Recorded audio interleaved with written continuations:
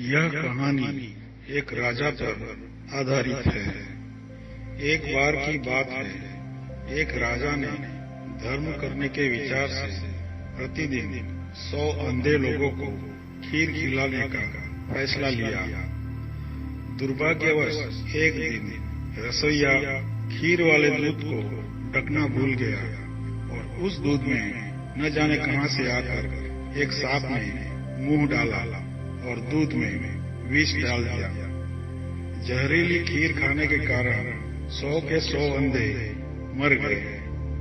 राजा बहुत परेशान हुआ कि मुझसे इतने सारे निर्दोष आदमियों की हत्या का पाप लगेगा। परेशान राजा अपने मन को शांति देने के लिए अपने राज्य को छोड़कर जंगल में भक्ति करने के लिए चल पड़ा, ताकि इस पाप की उसको माफी मिल सके। चलते चलते रास्ते में एक गांव आया। वहां की चौपाल में कुछ लोग बैठे हुए थे।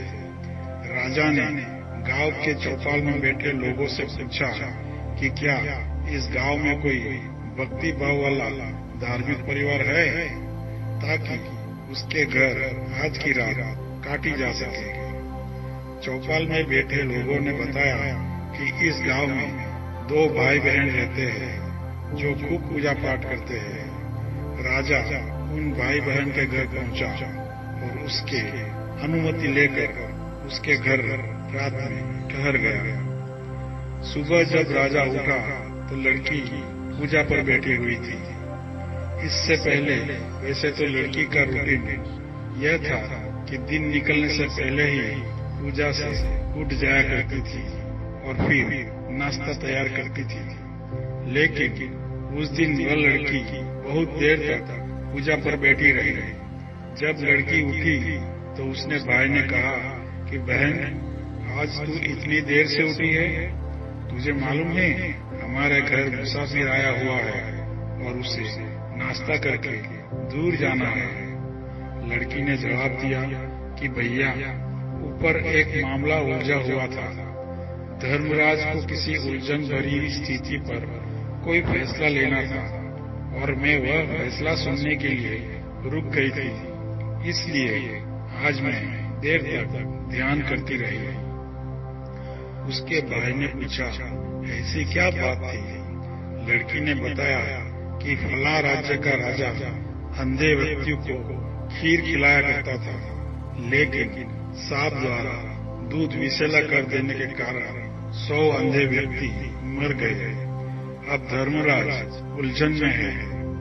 उनको समझ में नहीं आ रहा है कि अंधे व्यक्तियों की मौत का पाप किसको लगे, राजा को, सांप को या बिना दूध ढके छोड़ने वाले रसोइये को लगे। राजा भाई बहन की यह सभी बातें सुन रहा था। अपने आप से संबंधित उन सभी बातों को सुनकर राजा को उनकी बातों में दिलचस्पी हो गई। राजा ने लड़की से पूछा कि फिर क्या फैसला हुआ? लड़की ने बताया कि अभी तक कोई फैसला नहीं हो पाया था। राजा ने पूछा कि अगर ऐतराज ना हो तो क्या मैं आपके घर एक रात के लिए और ठहर सकता हूँ? दोनों भाई बहन ने खुशी से उसको हाँ कर दी। राजा अगले दिन के लिए उनके घर पर रुक गया, लेकिन चौपाल में बैठे लोगों को यह अच्छा नहीं लगा। उनके बीच दिन भर यही चर्चा होती रही कि कल जो व्यक्ति हमारे गांव में एक रात रुकने के लिए आया था और कोई भक्ति भाव वाला धार्मिक कर पूछ रहा था, उसकी भक्ति का नाटक तो भाइयों हम सबके सामने आ गया है। वह तो सिर्फ एक रात काटने के लिए ठहरा था, परंतु भाइयों, रात काटने के बाद भी वह व्यक्ति नहीं गया, क्योंकि जवान लड़की को देखकर उस व्यक्ति की नीयत खराब हो गई है। इसलिए वह उस खूबसूरत और जवान लड़की के घर में निश्चित तौर पर ही ठहरेगा या फिर लड़की को लेकर भागेगा। दिन भर चौपाल में बैठे लोग उस राजा की अपने अपने तरीके से निंदा करते रहे। अगली सुबह लड़की फिर ध्यान पर बैठी और जो उसका हमेशा का रूटीन टाइम था। आज वह उसके अनुसार उठ गई। राजा ने पूछा, बेटी, अंधे व्यक्तियों की हत्या का पाप किसको लगा? लड़की ने बताया कि वह पाप तो हमारे गांव के चौपाल में बैठने वाले जो भी लोग थे, वह सभी लोग बांट के ले गए।